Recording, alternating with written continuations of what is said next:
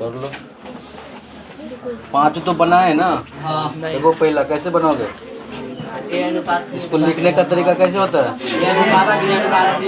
A अनुपात B अनुपात C। ऐसा सवाल में दुगो जो है ना सेम रहेगा। देखो B और B सेम है, तो इसको लिखने का तरीका ऐसा है। A और B का अनुपात कितना? 2:3। 2:3। इसी प्रकार B अनुपात C का अनुपात 3:5। इसको लिखने का तरीका 2 से 3 में गुना करना, फिर 3 से 3 में। इसको एकदम याद रख लेना। 3 को 5 से गुना कर दो आप। 3 दूनी 6, 3 तिया 9 और 3 पंचे 15। तीनों कटना चाहिए किसी से सेम। यदि करता है तो काट देंगे, नहीं करता है तो किसी से कट रहा है क्या? 3 से। 3 से कट रहा है तो 3 दूनी 6, 3 तिया 9, 3 पंचे 15। हमें किसकी आवश्यकता है?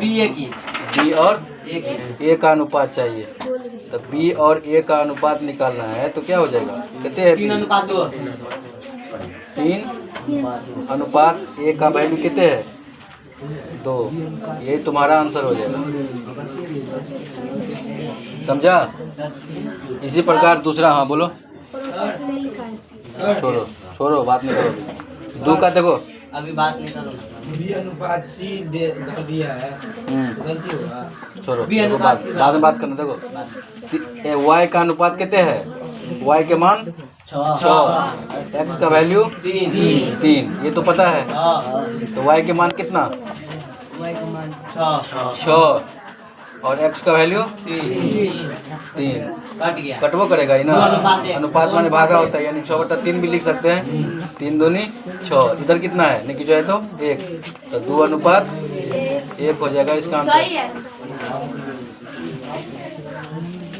तीसरा में क्या है रूल? जिसका बेस समान हो उसके पावर को जोड़ेंगे और गुना में हो तो उसके पावर को तो पावर को जोड़ेंगे, ऐड कर देते हैं, जोड़ देते हैं। बेस गुना में बेस बराबर हो और गुना हो तो पावर जुड़ जाता है। x के पावर कितना? 5। x के पावर 5 हो जाएगा। भागा उसी प्रकार से इसमें भी है ना। बेस बराबर है गुना है तो पावर जुड़ जाएगा, तो y के पावर 5। अब देखो x के पावर 5। अब भाग को गुना में करोगे तो पलट जाएगा। कौन पलटता है? दाएं वाला कि बाएं वाला? दाएं वाला। तो पलटा दिए तो कितना? x पावर 5 गुना 1 मतलब x के पावर 5 बट्टा y के पावर 5। क्या भागा का काम होगा? बेवकूफ है। अभी क्या बोले नियम? बेस बराबर है और गुना में है तो पावर जोड़ेंगे, जुटेगा। आप देखो दोनों में 5 है तो इसको तुम ऐसे भी लिख सकते हो, कोई दिक्कत नहीं है। होगा कि नहीं? बोलो। ये लिखा है तो क्या? x के पावर 5 भागा y के पावर 5 लिखा तो x के पावर 5 y के पावर 5 भागा ऐसा? हाँ। ये भी सही है, लेकिन फाइनल आंसर कहोगे तो ये होगा। आगे बढ़े। बाद में देखो, बाद 4 नंबर पहले देख लो। 2 के पावर 0 है का मतलब क्या हुआ? किसी संख्या या किसी राशि के पावर 0 हो, इसका वैल्यू कितने होता है? याद रखो हमेशा। तो 4 नंबर का कैसे बनाओगे? 1 हो गया। 3 के पावर 1 मतलब 3। डिवाइड का चिन्ह है। 3 के पावर 1 मतलब 3 गुना 2। अब किसका काम करेंगे? भाग का काम। तो यहाँ भाग को गुना करेंगे तो दाहिने वाला पलट जाएगा। पलटा दिए, बाद बाकी जैसा है वैसा उतार देंगे। चलो उतार दिए। अब गुना का काम होगा। 3 से 3 कट गया, क्या बचा? 2 ये तुम्हारा आंसर है। मिटा दे कि रहने दे? अभी मिटा दे या रहने दे? चलो ठीक है।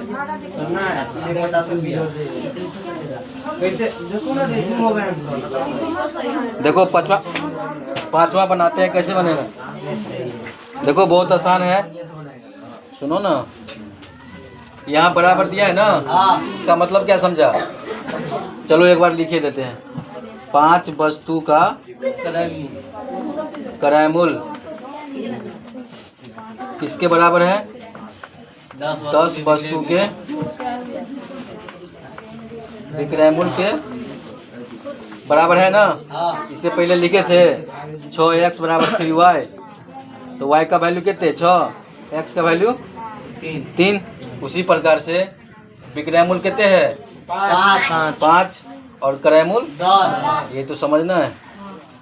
तो लाभ बराबर क्या होता है? विक्रयमूल्य माइनस क्रयमूल्य। हानि बराबर क्रयमूल्य माइनस विक्रयमूल्य। तो क्रयमूल्य का मान अधिक है ना, तो हानि कितने हो जाएगा? 5। हानि बराबर क्रयमूल्य माइनस विक्रयमूल्य, तो 10 माइनस 5 बराबर 5। तो हानि तय हो गया। अब हानि प्रतिशत हमको चाहिए, तो हानि प्रतिशत क्या होता है? हानि गुने 100 बट्टा में क्रयमूल्य कितने है? 10 है। 1 0 से 1 0 खत्म, कितने हो गया? ये तुम्हारा आंसर होगा। समझने में कोई दिक्कत है? नहीं दिक्कत है, उतारना उतार लो। क्या नंबर का है? क्या नंबर का है? देखो क्या नंबर का है, देखा नहीं देखा? हाँ।